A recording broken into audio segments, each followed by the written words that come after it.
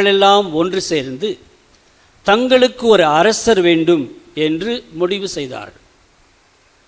அவர்கள் ஆலமரத்திடம் சென்று, ஆலமரமே, நீ எங்களுக்கு அரசராயிரு என்று கேட்டார்கள். அந்த ஆலமரம் சொன்னது, அதெல்லாம் எனக்கு முடியாது, எனக்கு நிறைய வேலைகள் இருக்கின்றன என்று மறுத்துவிட்டது. எல்லா மரங்களும் மறுத்துவிட்டன. கடைசியாக ஒரு மரம் இருந்தது, உயர்ந்து செழித்து திடமாக இருந்தது. அந்த மரமெல்லாம் முட்கள், அது முள் மரம். அந்த மரத்திடம் சென்று, நீ எங்களுக்கு அரசராயிரு என்று கேட்டுக்கொண்டது. அந்த முள் மரமும் ஒத்துக்கொண்டது. அரசராய் திருப்பொழிவு செய்யப்பட்ட பிறகு அந்த முள் மரம் எல்லோரையும் வாட்டி வதைத்தது.